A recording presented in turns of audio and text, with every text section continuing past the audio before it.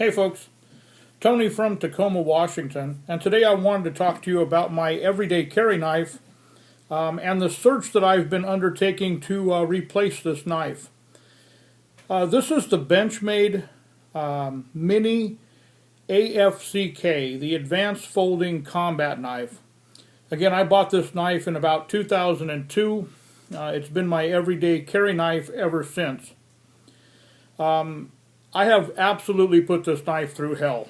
I'm a one knife person, so this has been my primary carry knife. It's been pretty much the only knife that I've had for 10 years, and I haven't babied this knife at all. I have absolutely abused this knife, and as you can see, it still looks pretty darn good. I think that's a testament to how well made Benchmade made this knife. And of course the quality of the materials and the workmanship.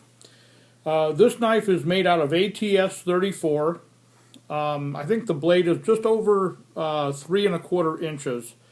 And through time I have actually worn or sharpened the knife a little smaller than it originally was. I think I've actually changed the profile a little bit. But absolutely an outstanding knife. One of the things that I did wrong with this knife is I reprofiled the edge.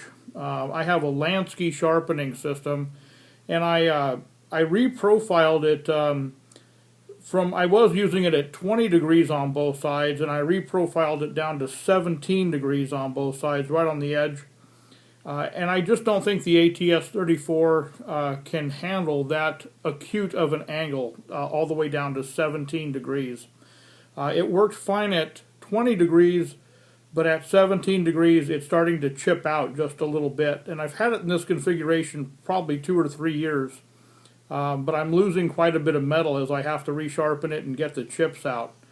I think what I'm going to do at this point is I'm going to get the chips out of the blade and profile it at 17 degrees again.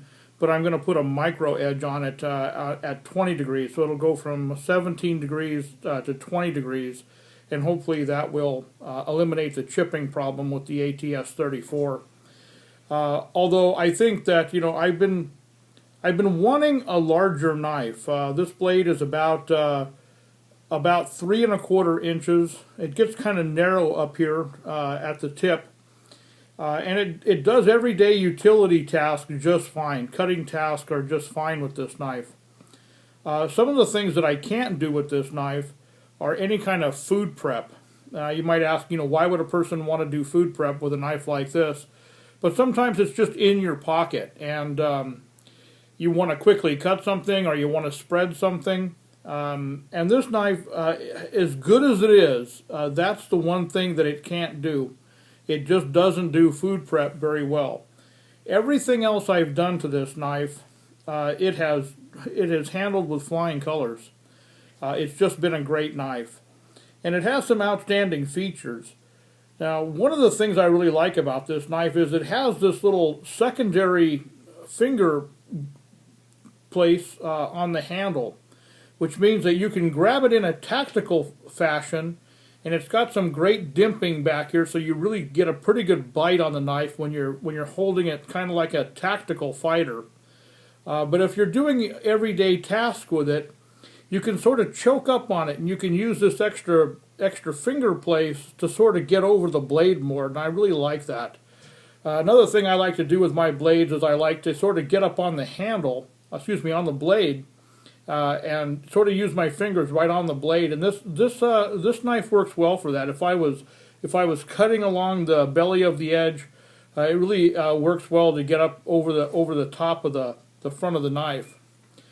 Another thing that I really like about this knife is it's got a great clip. It's got a point down clip, but the way the knife is shaped on the back side, when it's in your pocket and you're carrying it in your front pocket, this tends to roll away from the center line of your pants or the seam of your pants. What that means is when you sit down, this knife just kind of naturally just folds in your pocket a little bit to provide a little bit of extra space. So it's always comfortable to carry. And so when you're walking around, it'll be straight up and down in your pocket, but then when you sit down at the table or in your car, the shape of this thing will just naturally fold over a little bit, and it's just so comfortable to carry that way. Again, deployment, it's a tip-down design, so it would come out of your pocket. Your thumb would be kind of already on the thumb opener, and you could just deploy it very quickly.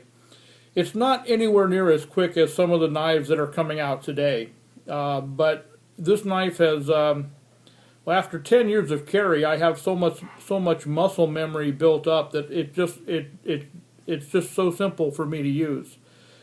This knife has never been disassembled. It's never been back to Benchmade. I have never taken this knife apart to clean it, which I think is amazing. I can look in there right now, and it's just full of crud and stuff that I should have never let this knife get this dirty in the hinge mechanism. But it's still as smooth as could be. It's just an amazing knife. This knife has done everything. It has. I'm a salmon fisherman. I have cleaned my salmon with this knife. I have used the back side of the knife to scrape the scales off the salmon, and of course I've gutted the salmon with the blade. I have totally abused this knife. I have, cleaned salmon in salt water, and then I've forgotten about it and not cleaned the knife. Normally, what I do when I have it in a saltwater environment is when I get home, I just run it under fresh water and clean it off. But sometimes I'll forget to do that, and this thing will sit with salt water on it. Only one time did I notice there was a little discoloration in the blade, but I was able to just thumb those marks off. So the ATS-34 has just got great corrosion resistant properties in the stainless steel.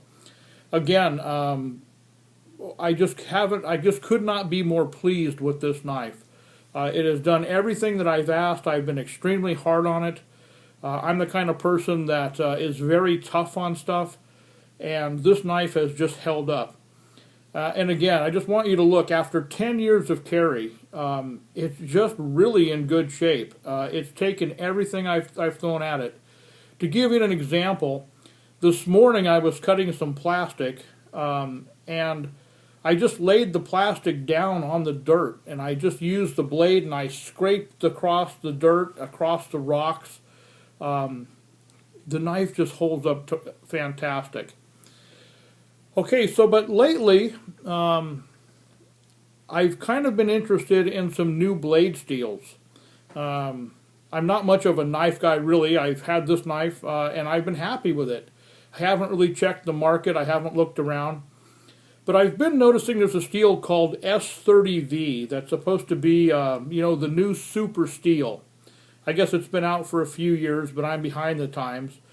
So based on the fact that I sort of wish this blade was a little bit larger, I wish this blade had a little bit better shape to it for kitchen and food prep duties, and also just because I'm, would kind of like to explore what kind of new knives are out there, I did just that. I started exploring the market to see if I wanted to replace this knife, what would I replace it with?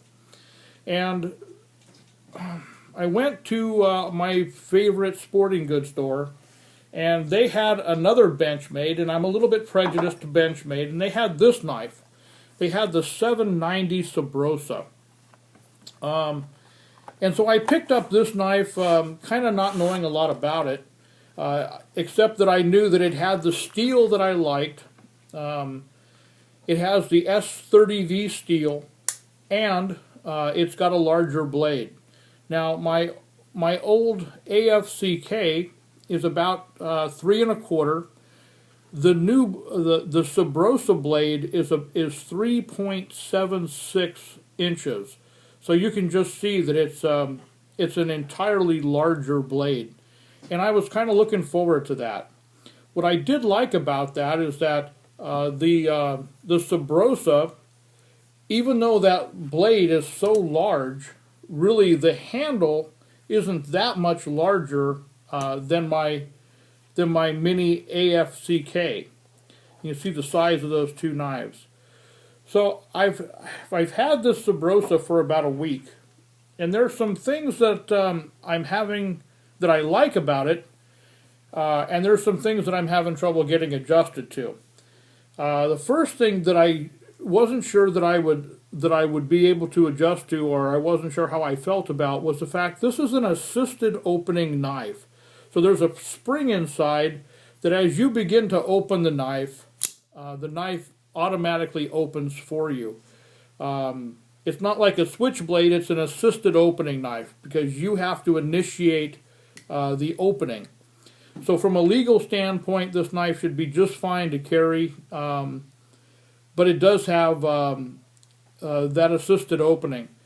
Now, when you're opening the blade, the assisted opening's pretty nice, but the problem that I'm having is when you close the blade, it has the same, this is a liner lock, or a frame lock rather, and the mini AFCK is also a liner lock, so I'm very familiar with how to close the knife.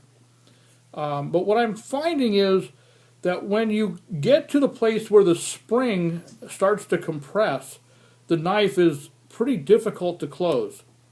It's not hard to close. It's just you have to push against the spring to get it to close, and so it opens pretty aggressively, and then it's a little bit difficult to close.